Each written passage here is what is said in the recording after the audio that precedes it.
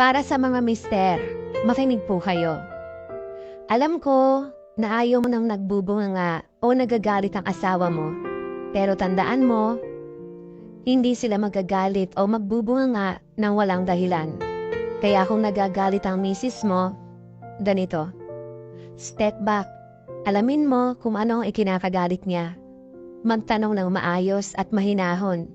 Kung galit siya at sasabayan mo pa ng galit, magkakagulo kayo lalo. Maging matured.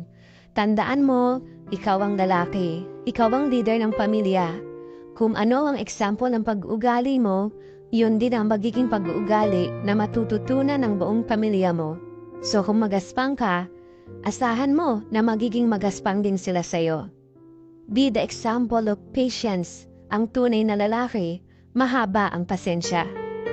Ang pag-uugali ng iyong misis ay refleksyon ng kung paano mo siya tinatrato. Kung ikaw ay magaspang o malupit sa kanya, makikita ito sa pagtrato ng iyong misis sa iyo at sa inyong mga anak. Tandaan, hindi dahil hindi maganda ang inaasa ng inyong asawa ay magiging dahilan mo na ito para maghanap ng ibang babae. Kung maghahanap ka ng kabit, ano ang kasiguraduhan mo na hindi ka rin aawayin ng kabit mo pag hindi na maayos ang inyong sitwasyon? Ang paghanap ng babae ay hindi solusyon sa problema mo sa asawa mo. Alam mo kung bakit? Kasi kung ano ang problema mo sa asawa mo, magiging problema mo din yan sa kabit mo. So paano na? Ano ang gagawin mo? Maghahanap ka na naman ng bago.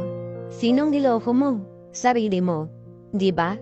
Ang totoong solusyon, pag mahirap nang i-handle ang iyong asawa, ay alamin kung ano ang magpapasaya sa asawa mo. Humingi ka ng tawad sa lahat ng mga bagay na nagawa mo na nasaktan siya.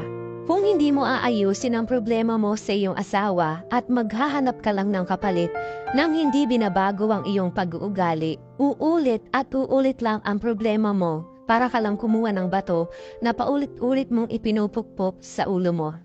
Tandaan, hindi solusyon ang paghanap ng bago.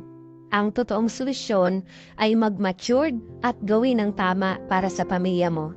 Kung nais mo ng mapayapa at matibay na relasyon sa iyong pamilya, unahin mo ang magkaroon ng malalim na relasyon sa Panginoon. Dahil siya lang ang makakatulong sa atin sa lahat ng problemang kinakaharap natin.